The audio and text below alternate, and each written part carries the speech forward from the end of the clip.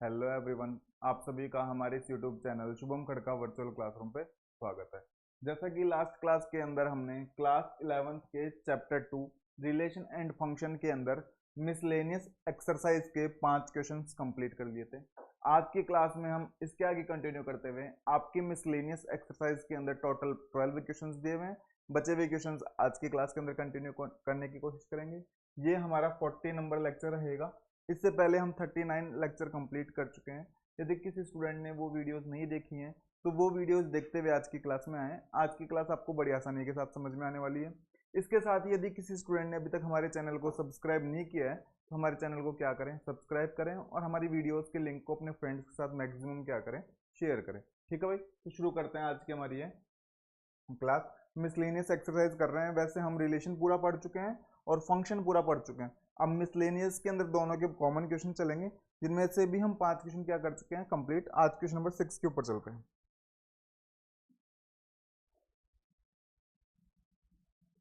First कर लिया था, सेकंड कर लिया था, थर्ड भी हो गया था, फोर्थ भी हो गया था और फिफ्थ भी हो गया था। और अब चलते हैं क्वेश्चन नंबर 6 की तरफ।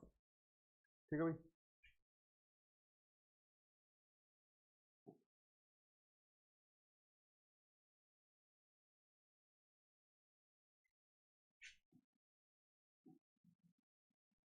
सॉल्यूशन।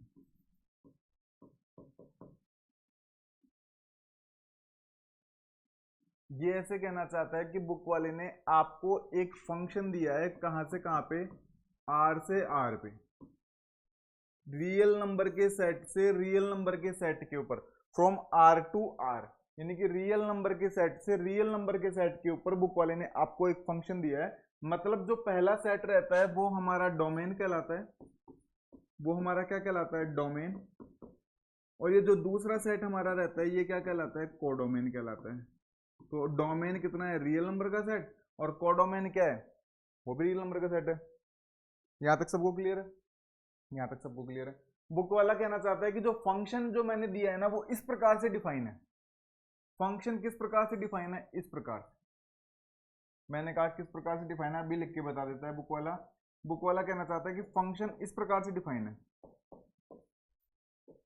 फंक्शन के अंदर हो चाहे रिलेशन के अंदर हो, एलिमेंट हमेशा ऑर्डर्ड पेयर के अंदर जाते हैं। तो ऑर्डर्ड पेयर का फर्स्ट एलिमेंट तो एक्स है और सेकंड एलिमेंट क्या है, x square upon 1 plus x square. Ordered pair के अंदर इस टाइप के एलिमेंट जाएंगे, फर्स्ट एलिमेंट एक्स और सेकंड इस टाइप का जाएगा। वो आगे कहना चाहता है कि एक्स आपको रियल नंबर में से लेने हैं। एक्स किस में बिलोंग करेगा, रियल नंबर में। तो बोलता है मुझे तो पता ही है कि एक्स रियल नंबर में ही बिलोंग करेगा, क्योंकि मेरा जो डोमेन है वो क्या है, रियल नंबर का सेट है। और एक्स की वैल्यू हमेशा डोमेन में से ली जाती है। तो भाई एक्स तो मेरा रियल नंबर में बिलोंग करेगा, इसमें बताने वाली बात ही क्या है, लेकिन बुक वाले ने बता दी, बहुत अच्छी बात है।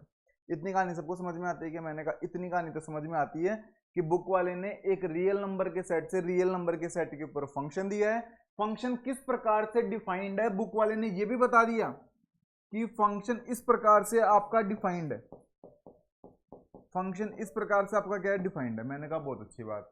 अब बुक वाला पूछना क्या चाहता है, बुक वाला पूछना चाहता है रेंज बता दो मेरे को। तुम बुक वाला पूछना चाहता है रेंज। मैंने कहा तीन चीजें हुआ करती हैं, एक चीज होती है डोमेन, एक चीज होती है कोडोमेन और एक चीज होती है रेंज। अगर बुक वाला डोमेन बोलता तो मैं बोल देता रियल नंबर का सेट, अगर बुक वाला कोडोमेन पूछता तो मैं बता देता रियल नंबर का सेट। लेकिन बुक वाले ने तो रेंज पूछी है। बुक वाले ने क्या पूछी है, रेंज। अब बात आती है, सबसे पहले आपको रेंज की डेफिनेशंस पता होनी चाहिए। मान लो ये मेरा रियल नंबर का सेट है, ये मेरा रियल नंबर का सेट है। तो इधर के एलिमेंट, मान लो इधर के सिर्फ 3 एलिमेंट से मैच कर रहे हैं, मान लो एक बार के लिए इधर के एलिमेंट सिर्फ कितने एलिमेंट से मैच कर रहे हैं, 3 एलिमेंट से। यहां पे हैं बहुत सारे एलिमेंट, कोडोमेन के अंदर बहुत सारे एलिमेंट हैं, लेकिन 3 एलिमेंट से ही तीर के द्वारा जुड़ रहे हैं। मतलब इमेज कितनी आ रही है, 3 एलिमेंट आ रही है। तो रेंज के अंदर सिर्फ 3 एलिमेंट जाएंगे, रेंज के अंदर क्या जाएंगे, 3 एलिमेंट। तो इसका मतलब रेंज जो होती है ना, क्या तो वो कोडोमेन के इक्वल हो सकती है, क्या तो रेंज कोडोमेन के इक्वल हो सकती है, या फिर रेंज कोडोमेन का सबसेट होती है। तो आपको ये बात याद रखनी होगी, क्या तो रेंज सबसेट और इक्वल टू कोडोमेन, ये दो केस पॉसिबल हैं। रेंज क्या तो कोडोमेन के इक्वल हो सकती है या फिर कोडोमेन का कोई ना कोई क्या होगी, सबसेट होगी। अब बुक वाला रेंज पूछना चाहता है, मैंने कहा रेंज बता देते हैं, 2 मिनट का काम है। ठीक, रेंज बतानी है हमें, है ना। तो पहली बात तो आपको डोमेन, कोडोमेन और रेंज में डिफरेंस पता होना चाहिए। अगर आपको डोमेन, कोडोमेन और रेंज में डिफरेंस ही नहीं पता तो आप इस टाइप के क्वेश्चंस नहीं कर पाएंगे, ध्यान रखना इस बात का। मैं एक चीज जरूर बताओ, ऑर्डर्ड पेयर के अंदर जैसे दो एलिमेंट रहे हैं एक्स और वाई, मान लो एक बार के अंदर ऑर्डर्ड पेयर के अंदर या किसी रिलेशन में या फिर किसी फंक्शन में जो ऑर्डर्ड पेयर रहता है उसमें दो एलिमेंट रहते हैं ना, तो ये जो फर्स्ट एलिमेंट रहता है ये तो डोमेन में जाता है, ये तो किसके अंदर जाता है, डोमेन में, और ये सेकंड एलिमेंट किसके अंदर जाता है, रेंज में। बोलते कैसे पता चला, मैंने कहा कि ये जो मान लो यहाँ पे x है और यहाँ पे ये जो y है, ये मान लो x तीर से इसके द्वारा जुड़ रहा है, तो ये x और y तो रिलेशन या फंक्शन के अंदर जाते हैं। तो फर्स्ट एलिमेंट तो किसका, डोमेन का, सेकंड एलिमेंट आप बोलोगे कोडोमेन का है, लेकिन कोडोमेन के सारे एलिमेंट थोड़ी ना रेंज में बनते हैं, जो तीर से जुड़ते हैं वही तो रेंज में जाते हैं। इसीलिए फर्स्ट एलिमेंट डोमेन का रहता है और सेकंड एलिमेंट किसका रहता है, रेंज का रहता है। मैंने कहा मुझे पता लग गया कि फर्स्ट एलिमेंट तो डोमेन का रहता है और सेकंड एलिमेंट ऑर्डर्ड पेयर का किसका रहता है, रेंज का। मैंने कहा ठीक है। इस बार बुक वाले ने आपको ऑर्डर्ड पेयर कैसा दिया है उसको ध्यान से देखो। मैंने कहा बुक वाले ने x की जगह तो x दिया है, लेकिन y की जगह इतनी बड़ी महाभारत दे दी। मतलब रेंज के अंदर इसको जो सेटिस्फाई करेंगे ना वो एलिमेंट जाएंगे, मतलब रेंज के अंदर इसको जो सेटिस्फाई करेंगे ना वो सारे एलिमेंट जाएंगे, इसको जो सेटिस्फाई करेंगे। मेरी y की वैल्यू ये। अब अगर मैं x की जगह कोई भी रियल नंबर रख सकता हूं, क्योंकि डोमेन है मेरा x, रियल नंबर कुछ भी रख सकता हूं, तो एक बार x की जगह मैं 0 रख देता हूं। x की जगह कितना रख देता हूं, 0। तो अगर मैं x की जगह 0 रखता हूं तो कितना रिजल्ट आएगा, 0 का होल स्क्वायर 1 प्लस 0 का whole square is equal to 0 upon 1 plus 0 is equal to 0 upon 1 is equal to 0। अगर x की जगह मैं 0 लिखा तो मेरा रिजल्ट कितना आ रहा है, 0, मतलब इसका आंसर कितना आ रहा है, 0। अगर मैं x की जगह 1 रखता हूं एक बार के लिए, तो 1 का होल स्क्वायर अपॉन 1 प्लस 1 का whole square is equal to 1 upon 1 plus 1 is equal to 1 upon 2 is equal to 0.5। मतलब अगर मैं x की जगह 1 रखता हूं तो रेंज की वैल्यू कितनी आती है, 0.5।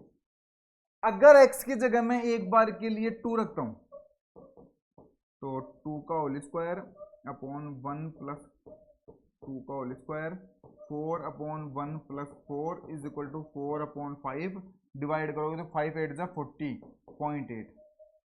0.8 आ रही है। इसको टाल दो।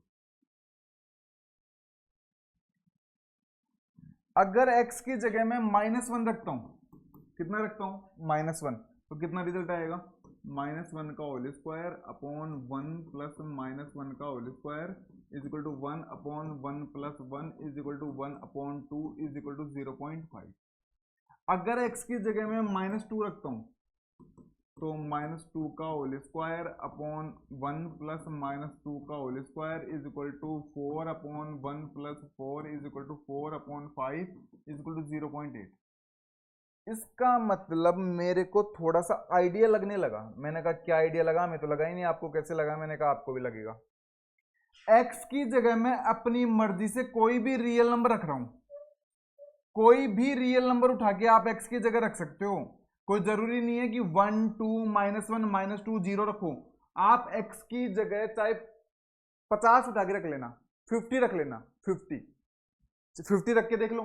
x की जगह 50 रखो, x की जगह 50 रखोगे तो कितना आएगा, 50 का होल स्क्वायर अपॉन 1 प्लस 50 का होल स्क्वायर, ऊपर चला जाएगा 2500 और नीचे चला जाएगा 1 प्लस 2500, ऊपर आएगा 2500 और नीचे कितना जाएगा 2501।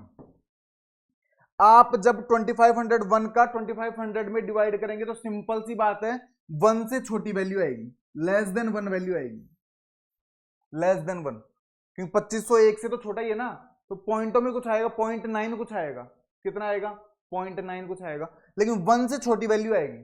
तो आप x की जगह अगर कुछ भी रखते हो, भले ही आप 100 रख लेना, भले ही आप 1000 रख लेना, भले ही आप 1 लाख रख लेना, x की जगह अगर आप कोई भी रियल नंबर रखते हो तो मेरी y की वैल्यू यानी कि मेरी इसकी वैल्यू यानी कि मेरी रेंज क्या तो 0 आती है या 0 या फिर 1 से छोटी आती है, हमेशा 1 से क्या आएगी लेस देन। तो y की वैल्यू क्या तो मेरी 0 आ सकती है, तो क्लोज्ड ब्रैकेट 0, क्या 1 आ रही है, क्या किसी भी केस में 1 नहीं आएगी, 1 नहीं आएगी तो ओपन इंटरवल 1। तो रेंज हमेशा मेरी 0 से 1 के बीच में रहेगी। आप x की जगह कुछ भी रख लो, आप x की जगह कुछ भी रख लो, इसकी वैल्यू हमेशा 0 से 1 के बीच में आएगी और इसकी वैल्यू हमेशा 0 से 20 के 1 में बीच में आएगी, 1 के बीच में आएगी, तो मतलब हमारी रेंज 0 से 1 के बीच में रहने वाली है। रेंज का मतलब हुआ करता है कि y की वैल्यू कहां तक जाती है, सिंपल सी बात है। तो मैं बोल रहा हूं कि x की जगह, इसको हम y बोलते हैं, जो दूसरा ऑर्डर्ड पेयर रहता है ना, दूसरा ऑर्डर्ड पेयर का जो दूसरा एलिमेंट रहता है उसको y बोला जाता है, लेकिन इस बार y की जगह ये आ गया तो ये ले लेंगे। तो x की वैल्यू रखने पे y की वैल्यू क्या क्या कहां तक जा सकती है, तो मैंने कहा x की जगह में कोई भी रियल नंबर रख लूं, y की वैल्यू तो भाई 0 से 1 के बीच में ही आएगी और 1 कभी नहीं आएगी, तो ओपन इंटरवल लगा दिया और यहां पे क्या लगा दिया क्लोज इंटरवल। क्लोज इंटरवल का मतलब होता है 0 को इंक्लूड किया गया, ओपन इंटरवल का मतलब होता है 1 को क्या किया गया एक्सक्लूड किया गया। तो इस प्रकार से हमने दिए गए क्वेश्चन के क्या फाइंड कर लिए रेंज।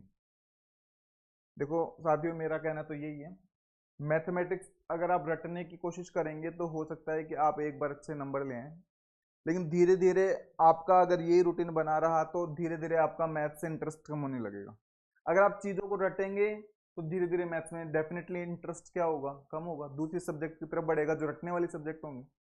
हाँ अगर कोई स्टूडेंट मैथ को समझता है, उसके कॉन्सेप्ट के ऊपर ध्यान देता है, तो मैथ्स में उसका इंटरेस्ट भी बढ़ेगा और वो अपने फ्यूचर में बेहतर क्या कर पाएगा प्रदर्शन कर पाएगा। तो आप मैथ्स को शुरू से ही हैबिट बनाएं, रटे ना, बेसिक कॉन्सेप्ट्स देखें, पहले स्कूल में समझें, फिर हमारी वीडियोस देखें, वीडियो देखने के बाद भी समझ में नहीं आता है तो कमेंट बॉक्स में हमसे पूछें, हम और कोशिश करेंगे अपने स्कूल टीचर्स से भी क्या करें पूछें। ठीक है भाई, तो आगे की तरफ चलते हैं, बस आप अपने फ्रेंड्स के पास शेयर करते रहें। इसीलिए हम लोग पैटर्न पे ध्यान ना देके कॉन्सेप्ट पे ज़्यादा ध्यान देते हैं। मैं आपको सिस्टमेटिक तरीके से लिखना भी सिखा दूंगा, लेकिन मैं आपको कॉन्सेप्ट इसलिए हम लोग थोड़ा ऐसा कर लेते हैं और मैथ्स में इसका कोई ज़्यादा फर्क पड़ता भी नहीं है। हालांकि एग्जाम में आपको थोड़ा सिस्टमेटिक तरीके से लिख के आना पड़ेगा, लेकिन एक बार आप कॉन्सेप्ट सीखे है ना, अगर हम कभी घर बनाते हैं तो अगर हमारा बेस स्ट्रांग है तो उस पर डेकोरेशन करना क्या रहता है ईजी रहता है। अगर बेस ही आपका स्ट्रांग नहीं है तो फिर ऊपर कितनी भी अच्छी डेकोरेशन करो वो गिरेगी। हमारा सबसे पहले बेस स्ट्रांग होना चाहिए, बेस स्ट्रांग होने के बाद डेकोरेशन करना बहुत इजी है, वो कोई भी कर सकता है। चलते हैं भैया आगे की तरफ।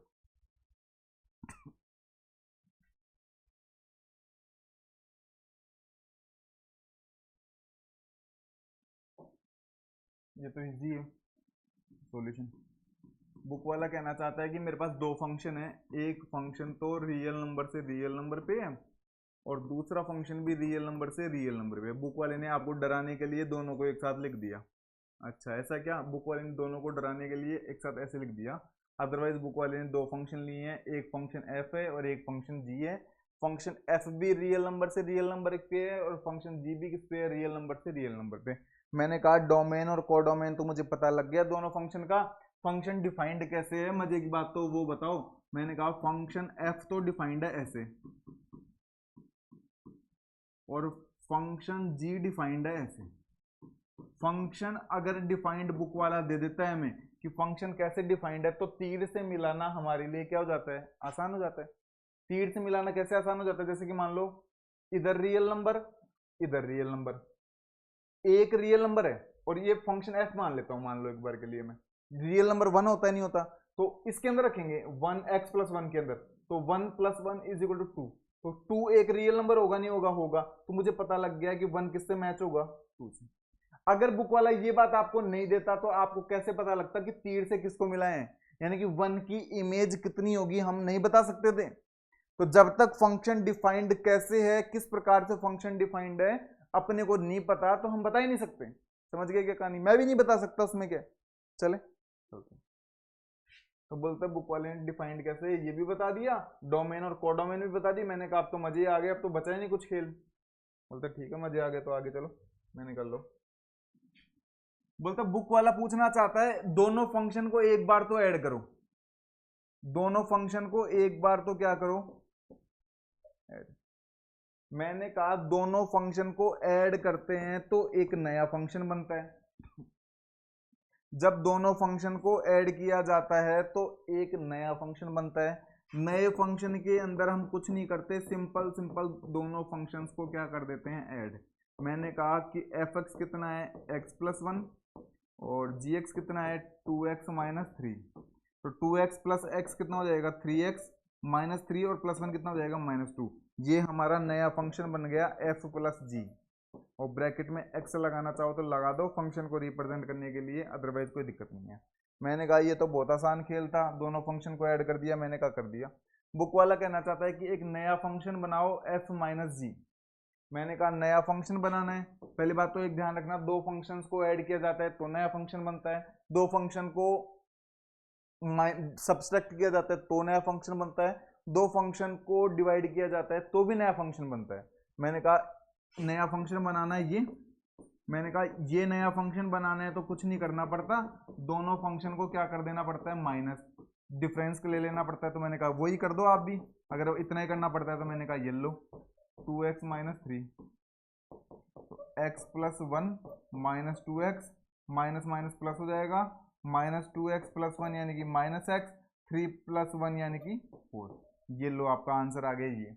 तो बोलते हैं आपने दोनों फंक्शन को ऐड भी कर दिया, दोनों फंक्शन को सब्सट्रैक्ट भी कर दिया। मजे की बात तो ये नया फंक्शन बना के दिखाओ एफ अपॉन जी। मैंने कहा एफ अपॉन जी टाइप का नया फंक्शन बनाना है, मेरे लिए तो ये भी आसान सा खेल है।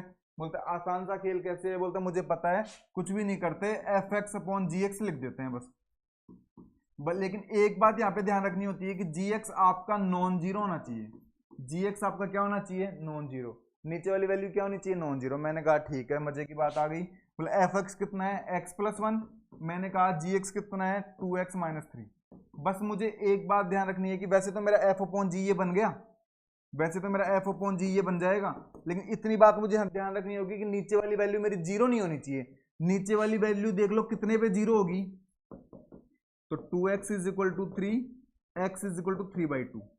यानी कि अगर आप x की जगह 3/2 रखते हो तो नीचे वाली वैल्यू जीरो जाती है। तो इसका मतलब मुझे x की जगह 3/2 नहीं रखना, मुझे वहां बताना पड़ेगा कि नया जो फंक्शन बनेगा वो ऐसा बनेगा, ऐसा कि x की जगह मैं कोई भी रियल नंबर रख पाऊंगा, क्योंकि रियल नंबर से रियल नंबर पे है, तो कोई भी रियल नंबर रख पाऊंगा x की जगह, लेकिन मैं 3/2 नहीं रख पाऊंगा, क्योंकि x की जगह अगर मैं इसके अंदर 3/2 रखता हूं तो नीचे वाली वैल्यू जीरो बन जाती है। जबकि f अपॉन जी के अंदर हमने ये मैंने समझाया था कि फंक्शंस को ऐड कैसे किया जाता है, फंक्शन को सब्सट्रैक्ट कैसे किया जाता है, फंक्शन को डिवाइड कैसे किया जाता है। तो डिवाइड जब फंक्शन को किया था तो मैंने बताया था कि नीचे वाली वैल्यू मेरी जीरो नहीं होनी चाहिए।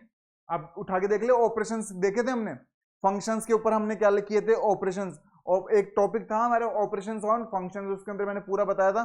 तो बोलता है कि कोई भी आप x की जगह रियल नंबर रख सकते हो, बस एक बात का ध्यान रखना, x की जगह भूल के भी 3/2 मत रख देना। मैंने कहा ये लो आपका f प्लस जी निकाल दिया, f माइनस जी निकाल दिया, f अपॉन जी निकाल दिया। मैंने कहा मजे आ गए। और इस प्रकार से हमारा ये क्वेश्चन भी यहाँ पे क्या हो जाता है, कंप्लीट।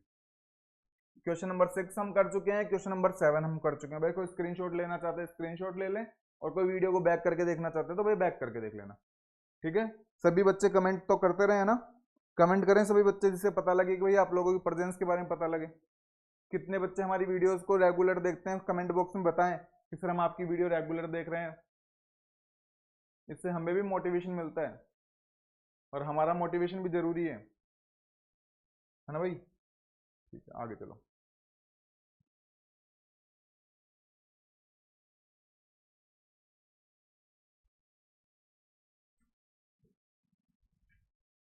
सॉल्यूशन, बुक वाले ने आपको एक फंक्शन दिया है। मैंने कहा बुक वाला फंक्शन तो हमेशा सेट बिल्डर फॉर्म में देता था, इस बार तो आपको बुक वाले ने फंक्शन रोस्टर फॉर्म में दे दिया। मैंने कहा कहाँ दिक्कत है, चाहे सेट बिल्डर फॉर्म में दो चाहे रोस्टर फॉर्म में दो, हमें तो दोनों ही फॉर्म में फंक्शन को लिखना आता है। मैंने कहा आता तो है, चाहे सेट हो चाहे रिलेशन हो चाहे फंक्शन हो, तीनों को दोनों फॉर्म में लिखा जा सकता है, क्या तो रोस्टर फॉर्म में क्या सेट बिल्डर फॉर्म में। चाहे सेट हो चाहे रिलेशन हो चाहे फंक्शन हो, तीनों को दोनों फॉर्म के अंदर लिखा जा सकता है, सेट बिल्डर फॉर्म और कौन सी फॉर्म, रोस्टर फॉर्म। जब प्रॉपर्टी दे दी जाती है तो वो सेट बिल्डर फॉर्म कहलाती है, एलिमेंट्स को अलग अलग करके लिख दिया जाता है तो वो रोस्टर फॉर्म कहलाती है। पिछला जो एग्जांपल था उसमें x x square upon 1 plus x square था, मतलब वो सेट बिल्डर फॉर्म थी। इस बार एलिमेंट ही लिख लिख के दे दिए तो मतलब रोस्टर फॉर्म है। मैंने कहा मजे आ गए इस बात पे। तो बुक वाला कहना चाहता है फंक्शन जेड से जेड पे भी डिफाइन है, कौन से सेट से कौन से सेट पे है, जेड से जेड पे, और किस प्रकार से डिफाइंड है, इस प्रकार से। तो बोलते इस प्रकार से डिफाइंड है। अभी तक तो सेट बिल्डर फॉर्म में देता था, मैंने कहा कोई जरूरी थोड़ी ना है हमेशा सेट बिल्डर फॉर्म में दे, रोस्टर फॉर्म में भी दे सकता है। मैंने कहा कोई दिक्कत नहीं है। बुक वाला ए और बी की वैल्यू पूछना चाहता है।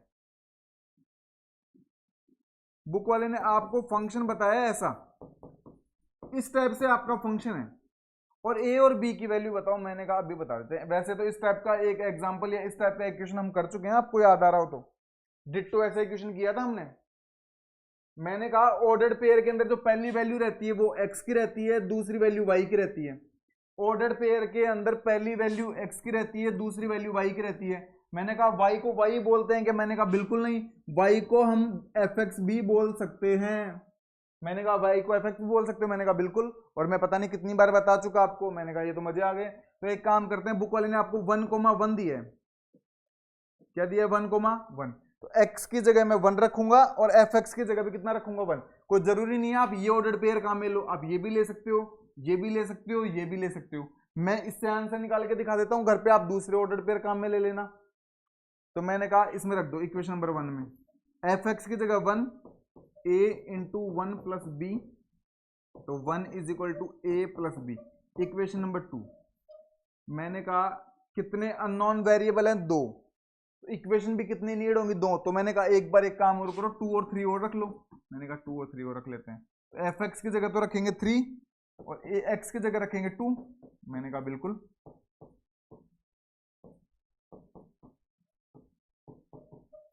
ये इक्वेशन नंबर बन गई 3।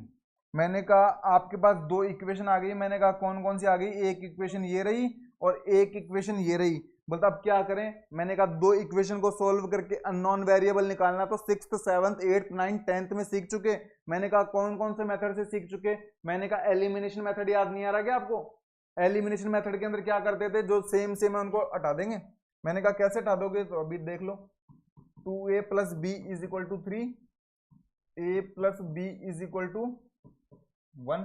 मैंने कहा साइन चेंज कर दो, याद करने की कोशिश करो भाई। कैंसिल, 2a में से a जाएगा तो a, 3 में से 1 जाएगा तो 2। मैंने कहा a की वैल्यू निकल के आ गई। मैंने कहा a की वैल्यू निकल के आ गई, तो अब दिक्कत कहाँ है? इसकी वैल्यू को उठा के इसमें रख दो। मैंने कहा अब भी रख देते हैं। a plus b is equal to कितना है? 1 है। a की जगह 2 रखोगे, b की जगह b रखोगे, 1 की जगह 1 रखोगे, b इज इक्वल टू आएगा 1 माइनस 2 और b इज इक्वल टू कितना आ जाएगा? माइनस का 1। मैंने कहा a की वैल्यू आ गई 2, b की वैल्यू आ गई -1। बुक वाला a और b की वैल्यू पूछना चाहता था कि? मैंने कहा बिल्कुल, बुक वाला a और b की वैल्यू पूछना चाहता था, और ये लो a और b की वैल्यू निकाल के दे दी। मैंने कहा आपने ये 2 ऑर्डर पेयर काम में क्यों लिए? मैंने कहा घर पे जितने भी बच्चे वीडियो देख रहे हैं वो एक काम करना, ये और ये ऑर्डर पेयर काम में लेके देखना और आंसर चेक करने की कोशिश करना, सेम आएंगे। बिल्कुल भी जरूरी नहीं है कि हमने जो ऑर्डर पेयर काम में लिए हैं आप वही ऑर्डर पेयर काम में ले। आप अपनी मर्जी से कोई भी ऑर्डर पेयर काम में लेना, आंसर आएंगे सेम। ऑर्डर्ड पेयर है ये बात तो पता है ना सबको। और कोई बच्चा बोले कि सर ऑर्डर्ड पेयर बार बार क्या बोलने के लग रहे हो, हमें तो यही समझ में नहीं आ रहा। अगर किसी बच्चे को ऑर्डर्ड पेयर अगर समझ में नहीं आ रहा, क्या समझ में नहीं आ रहा? ऑर्डर्ड पेयर, तो इसका मतलब वो चैप्टर फर्स्ट पहले देखे। मेरी क्लास के अंदर ऐसा बहुत ही कम होता है कि कोई बच्चा पहली वीडियो से देख रहा हो और इस क्लास तक पहुंच गया हो, उसको फिर चीजें समझ में ना आए, बहुत कम। मेरा ऐसा विश्वास है कि मेरी क्लास के अंदर ऐसा बहुत ही कम है जो बच्चा मेरे से पहले दिन से जुड़ा हुआ है, अच्छे से मन लगा के पढ़ाई कर रहा है, उसको आज की क्लास ना समझ में आ रही है। अब भाई बीच में छोड़ छोड़ के देखोगे तो, कंटिन्यूटी से नहीं देखोगे तो उसका मैं कुछ नहीं कर सकता है ना। आप कंटिन्यू देखें, पहली वीडियो से इस वीडियो तक पहुंचे, हो सकता है आपको कुछ समय ज्यादा लग जाएगा। फिर समझ में नहीं आएगा, एक सिंगल बच्चा अगर कमेंट करता है कि सर मुझे समझ में नहीं आया, मैं सिंगल बच्चे को समझाऊंगा। ठीक है भाई, तो आगे की तरफ चलते हैं। इस प्रकार से क्वेश्चन नंबर 8 भी हमारा क्या हो जाता है कंप्लीट। क्वेश्चन नंबर 6 कर चुके हैं, क्वेश्चन नंबर 7 कर चुके हैं, क्वेश्चन नंबर 8 कर चुके हैं। आगे की तरफ चलते हैं।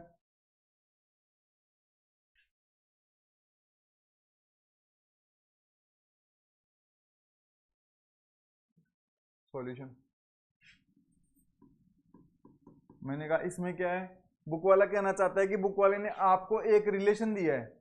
मैंने कहा रिलेशन किससे किस पे है, बोले नेचुरल नंबर के सेट से नेचुरल नंबर के सेट से किस पे है, नेचुरल नंबर के सेट पे है। मैंने कहा ठीक है, कोई दिक्कत नहीं है।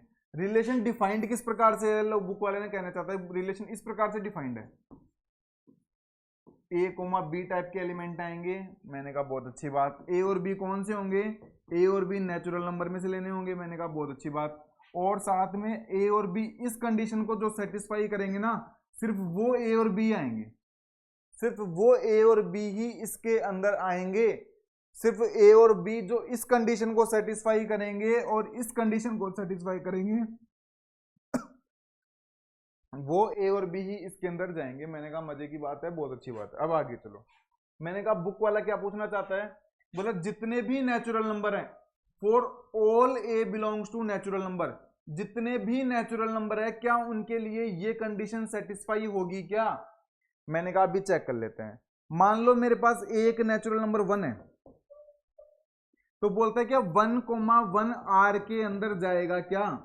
मैंने कहा चेक कर लेते हैं। 1,1 आर के अंदर जाएगा, इस कंडीशन को सेटिस्फाई करेगा। तो मैंने कहा 1 इज इक्वल टू 1 का होल स्क्वायर, तो 1 इज इक्वल टू 1। मैंने कहा 1,1 तो इस कंडीशन को सेटिस्फाई कर रहा है, मतलब 1,1 तो आर के अंदर जाएगा। मैंने कहा 2 एक नेचुरल नंबर है क्या, 2,2 मेरा आर के अंदर जाएगा क्या। मैंने कहा चेक कर लेते हैं, मेरे को बिना चेक किए समझ में नहीं आती चीजें। 2 इज इक्वल टू 4, क्या भाई 2 4 के इक्वल होता है क्या। मैंने कहा 2 4 के इक्वल नहीं होता, मतलब 2,2 आर के अंदर नहीं जाएगा। 2,2 आर के अंदर जाता जब ये दोनों बराबर आ जाते। तो बुक वाले ने यहां पे फॉर ऑल लिख दिया, मतलब जितने भी नेचुरल नंबर है सबके सब 1,1 2,2 3,3 4,4 5,5 ये सारे आर के अंदर जाएंगे क्या। मैंने कहा बिल्कुल नहीं जाएंगे, सिर्फ 1,1 ही आर के अंदर जाएगा। ये 2,2 3,3 ये नहीं जाएंगे। तो बुक वाला पूछना चाहता है क्या ये बात सही है क्या, फॉलोइंग इज ट्रू। नहीं, ये बात सही नहीं है। ये बात क्या नहीं है, सही नहीं है। मैंने कहा मजे आ गए, ये बात तो समझ में आ गई। मतलब 1,1 तो रिलेशन के अंदर चला जाएगा, लेकिन 2,2 किसके अंदर नहीं जाएगा, रिलेशन के अंदर नहीं जाएगा। 3,3 भी रिलेशन के अंदर नहीं जाएगा, 4,4 भी रिलेशन के अंदर नहीं जाएगा। और बुक वाला तो कहता है फॉर ऑल, सारे के सारे पेयर जाने चाहिए। मैंने कहा सारे के सारे तो नहीं जाएंगे, बात खत्म। बात खत्म। तो पहला तो फॉल्स है, और क्यों फॉल्स है जस्टिफाई मैंने आपको करके बता दिया, एग्जाम्पल लेके मैंने आपको समझा दिया। आगे की तरफ चलते हैं।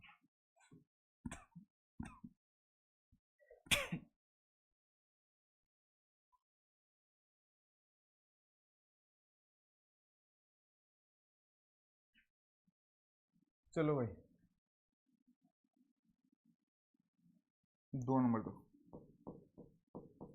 बुक वाला कहना चाहता है अगर आपका ए कोमा बी आर के अंदर है, अगर आपका ए कोमा बी आर के अंदर है, तो क्या आपका बी कोमा ए भी आर के अंदर होगा क्या। अगर आपका ए कोमा बी आर के अंदर है, तो क्या आपका बी कोमा ए भी आर के अंदर होगा क्या। मैंने कहा अभी चेक कर लेते हैं। मैं एक काम करता हूं, इसकी वैल्यू ले लेता हूं 4 और इसकी वैल्यू ले लेता हूं 2 एक बार के लिए। मैंने कहा 4,2 आर के अंदर होगा क्या, अभी चेक कर लेते हैं। तो a is equal to b square होना चाहिए, तो 4 2 के स्क्वायर के इक्वल है नहीं है, 4 2 के स्क्वायर के इक्वल है नहीं है, मतलब ये तो मेरा आर के अंदर होगा। 4 2 के स्क्वायर के इक्वल है नहीं है, मतलब ये तो आर के इक्वल है। अब अगर मैं इनको उल्टा कर दूं, क्या 2,4 मेरा आर के अंदर होगा क्या। मैंने कहा अभी चेक कर लेते हैं। 2,4 मतलब 2 इज इक्वल टू 4 का होल स्क्वायर बी का होल स्क्वायर, तो 2 क्या मेरा 16 के इक्वल होता है क्या। मैंने कहा 2 मेरा 16 के इक्वल नहीं है, और 2 मेरा 16 के इक्वल नहीं है, मतलब 2,4 मेरा किसके अंदर नहीं जाएगा, आर के अंदर। मतलब ये बात भी क्या है, फॉल्स है। अगर कोई भी जरूरी नहीं है कि ए कोमा बी अगर आर के अंदर हो तो बी कोमा ए भी किसके अंदर होए, आर के अंदर। देख लो मैंने एग्जांपल लेके दिखा दिया, ए कोमा बी 4,2 ले लिया तो 4,2 तो आर के अंदर है क्योंकि इस कंडीशन को क्या कर रहा है, सेटिस्फाई। लेकिन 2,4 मेरा आर के अंदर नहीं जाएगा क्योंकि इस कंडीशन को सेटिस्फाई नहीं कर रहा। मतलब ये लाइन भी मेरी क्या है, गलत। मैंने कहा मजे आ गए, मजे आ गए तो आगे चलो। स्क्रीनशॉट लेते रहे ना भाई, साथ साथ है ना, और समझ में आ रहा है तो ठीक ही। एग्जाम में आप ऐसे एग्जाम्पल लेके समझा के आ सकते हैं ना। मैंने कहा आगे चलो, बोलते थर्ड पार्ट बताओ। मैंने कहा थर्ड बता देते हैं। थर्ड पार्ट बोलता है अगर आपका ए कोमा बी आर के अंदर हो, अगर आपका बी कोमा सी भी आर के अंदर हो, तो मेरे को प्रूफ करके बताओ क्या आपका ए कोमा सी आर के अंदर होगा या फिर नहीं होगा। पहली बात तो ये रिफ्लेक्सिव रिलेशन, सिमेट्रिक रिलेशन और ट्रांजिटिव रिलेशन की बात कर रहा है, क्योंकि रिफ्लेक्सिव, सिमेट्रिक, ट्रांजिटिव के अंदर यही कंडीशन हुआ करती है। आप याद करने की कोशिश करो, बस बुक वाले ने रिफ्लेक्सिव, सिमेट्रिक और ट्रांजिटिव नहीं लिखा, उनकी जो प्रॉपर्टी थी वो डायरेक्ट लिख दी। मैंने कहा ठीक है, वो तो कोई दिक्कत वाली बात नहीं है। मैंने कहा इसमें चेक करो, मैं एक काम करता हूं, एक बार के लिए ए की वैल्यू 16 और बी की वैल्यू एक बार के लिए 4 ले लेता हूं। एक बार के लिए क्या ये मेरा आर के अंदर है नहीं है, चेक करते हैं। तो 16 क्या मेरा 4 के स्क्वायर के इक्वल है नहीं है। मैंने कहा 16 तो बिल्कुल मेरा 4 के स्क्वायर के अंदर है, इक्वल है। मतलब ये बात मेरी सही है, ये बात मेरी क्या है, सही है। एक काम करता हूं मैं, इसमें 4, बी की तो वैल्यू मैंने 4 ली, सी की वैल्यू में एक बार के लिए 2 ले लेता हूं, एक बार के लिए। तो क्या मेरा 4 2 के स्क्वायर के इक्वल है नहीं है। मैंने कहा 4 मेरा बिल्कुल सी के स्क्वायर 2 के स्क्वायर के इक्वल है, मतलब ये भी मेरा किसके अंदर होगा, आर के अंदर। अब मेरे को एक चीज बताओ, ए की वैल्यू मैंने कितनी ली 16 और सी की वैल्यू मैंने कितनी ली 2। अब मेरा 16 2 के स्क्वायर के इक्वल होना चाहिए, 16 मेरा किसके इक्वल होना चाहिए, बी के स्क्वायर, मतलब 2 के स्क्वायर के। क्या 16 मेरा 4 के इक्वल है क्या। मैंने कहा 16 मेरा 4 के इक्वल नहीं है। क्या ये मेरा आर के अंदर जाएगा क्या। मैंने कहा बिल्कुल नहीं जाएगा, क्योंकि अगर ये इक्वल हो जाते तो आर के अंदर बिलोंग करता, अब डज नॉट बिलोंग करेगा।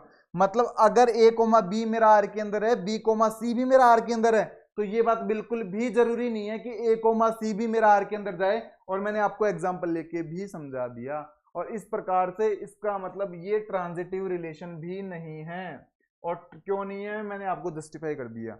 ना तो ये रिलेशन रिफ्लेक्सिव रिलेशन है, ना ये रिलेशन सिमेट्रिक रिलेशन है, ना ये रिलेशन ट्रांजिटिव रिलेशन है। अब किसी बच्चे को अगर रिफ्लेक्सिव रिलेशन क्या होते हैं ये बात नहीं पता, अगर किसी बच्चे को ये बात नहीं पता कि सिमेट्रिक रिलेशन क्या होते हैं, और अगर किसी बच्चे को ये नहीं पता कि ट्रांजिटिव रिलेशन क्या होते हैं, तो इससे पहले की वीडियोस देखें, फिर इस क्लास तक पहुंचे, ये बात समझ में आ जाएगी। फिर भी नहीं आती है कमेंट बॉक्स में बता देना, मैं बता दूंगा। चले भाई, इस प्रकार से आपकी मिसलेनियस एक्सरसाइज का क्वेश्चन नंबर 9 भी यहाँ पे क्या होता है, कंप्लीट। आगे की तरफ चलते हैं, जो आज का हमारा लास्ट क्वेश्चन रहने वाला है।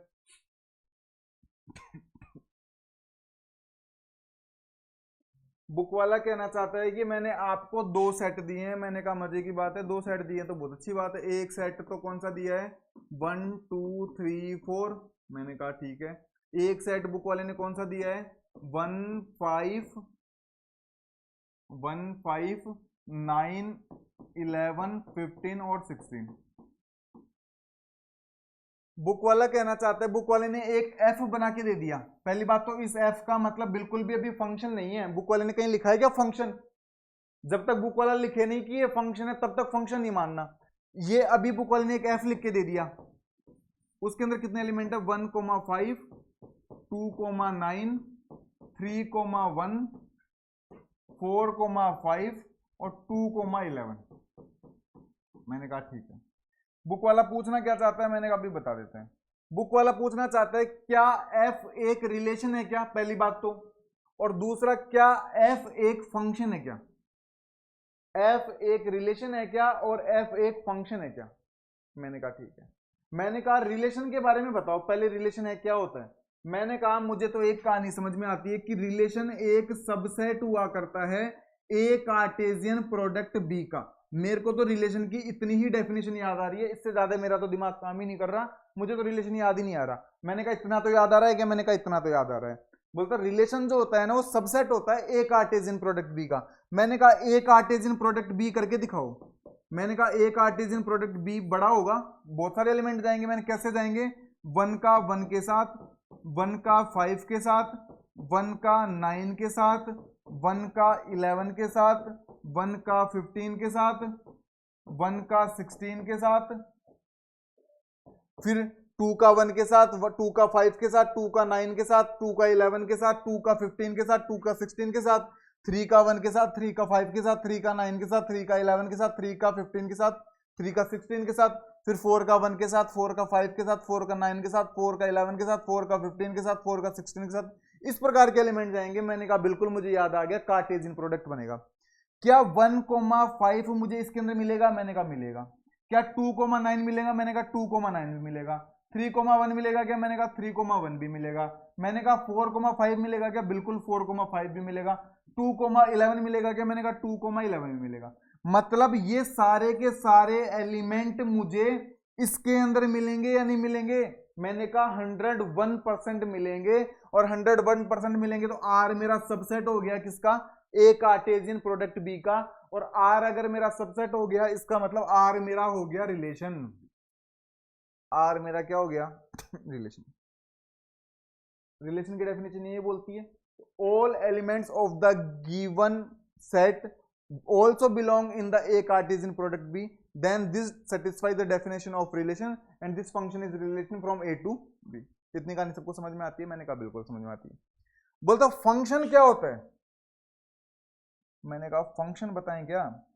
बोलता फंक्शन के लिए दो बातें याद रखनी होती हैं, एक तो पहले सेट के सारे एलिमेंट आने चाहिए, और कोई भी दो ऑर्डर्ड पेयर ऐसे नहीं होने चाहिए जिनके अंदर फर्स्ट एलिमेंट सेम हो। याद करने की कोशिश करो, पहली बात तो फर्स्ट सेट के सारे एलिमेंट आने चाहिए। दूसरी बात, कोई भी ऑर्डर्ड पेयर ऐसा नहीं होना चाहिए जिसके अंदर फर्स्ट एलिमेंट सेम हो। याद आ रही है क्या फंक्शन की डेफिनेशन? याद नहीं आ रही तो पीछे की वीडियोस देखें, मैं बहुत बार बता चुका हूं। तो बोलते चेक करो, फर्स्ट सेट के अंदर कौन कौन से हैं, 1 2 3 4। पहली बात तो 1 2 3 4 आना चाहिए। 1 आ गया, 2 आ गया, 3 आ गया, 4 आ गया, 2 आ गया, मतलब पहले सेट के सारे एलिमेंट आ गए। अब चेक करेंगे दूसरी बात बोलते कोई भी दो ऑर्डर्ड पेयर के अंदर फर्स्ट एलिमेंट सेम नहीं होना चाहिए। मैंने कहा इस बात में गड़बड़ है, एक ऑर्डर्ड पेयर ये रहा, एक ऑर्डर्ड पेयर ये रहा, इसके अंदर भी फर्स्ट एलिमेंट 2 है, इसके अंदर भी फर्स्ट एलिमेंट 2 है। इसका मतलब अगर मैं 2 रखता हूं तो एक बार मुझे वैल्यू मिलती है 9, और एक बार 2 रखने पे वैल्यू मुझे मिलती है कितनी, 11। क्या ये बात फंक्शन के अंदर पॉसिबल है क्या? एक एलिमेंट रखने पे मुझे 2 इमेज मिल जाएं, एक एलिमेंट रखने पे फंक्शन के अंदर कभी 2 इमेज मिलती हैं क्या? मैंने कहा बिल्कुल नहीं मिलती, बिल्कुल नहीं मिलती। तो मतलब ये मेरा फंक्शन नहीं है, और फंक्शन नहीं है तो इसको कट कर दो और लिख देना in this set both ordered pair have same first element, then this not satisfies the definition of function। बिल्कुल समझ पा रहे हो? तो इसका मतलब ये क्या नहीं है, फंक्शन नहीं है। और इस प्रकार से आपकी एक्सरसाइज का क्वेश्चन नंबर 10 भी यहां पे क्या हो जाता है, कंप्लीट हो जाता है। इसके बाद आपके दो क्वेश्चन और बचे हैं, एक क्वेश्चन नंबर 11 और एक क्वेश्चन नंबर 12। ये भाई हम कल की क्लास के अंदर देखने वाले हैं, फिर एक साथ ज्यादा हो जाता है ना। कल की क्लास के अंदर इसको कंप्लीट करते ही हमारे 2 चैप्टर पूरी तरह कंप्लीट हो चुके हैं, चैप्टर फर्स्ट और chapter second. Chapter first set और chapter second relation and function. हर एक एग्जांपल, हर एक एक्सरसाइज के क्वेश्चन, हर एक रिमार्क, हर एक डेफिनेशन, हर एक छोटी छोटी बात के साथ मैंने आपके 2 चैप्टर कंप्लीट किए हैं। फिर भी अगर आपको लगता है कि कोई बात समझ में नहीं आ रही है तो आप हमसे कमेंट बॉक्स में पूछें, हम और आपके लिए कोशिश करेंगे और आपके लिए मेहनत करेंगे, आपको और कैसे बेहतर समझा सकें उसके भी प्रयास करेंगे। और अगर आपको लगता है कि हमारा कंटेंट आपके लिए यूजफुल है, हम आपके लिए मेहनत कर रहे हैं, हम आपके साथ बिल्कुल शेड्यूल से जुड़े हुए हैं, तो आप हमारे चैनल को सब्सक्राइब करें, अपने कम से कम एक दोस्त के पास शेयर करें, हमारी वीडियोस को लाइक करें, अपने फ्रेंड्स के पास मैक्सिमम शेयर करें, और इसी प्रकार लास्ट तक हमारी वीडियोस के साथ बने रहें। हमारे चैनल के ऊपर फिजिक्स और केमिस्ट्री की क्लासेस भी रेगुलर आ रही हैं, तो वो भी खुद भी देखें और अपने फ्रेंड्स को भी बताएं।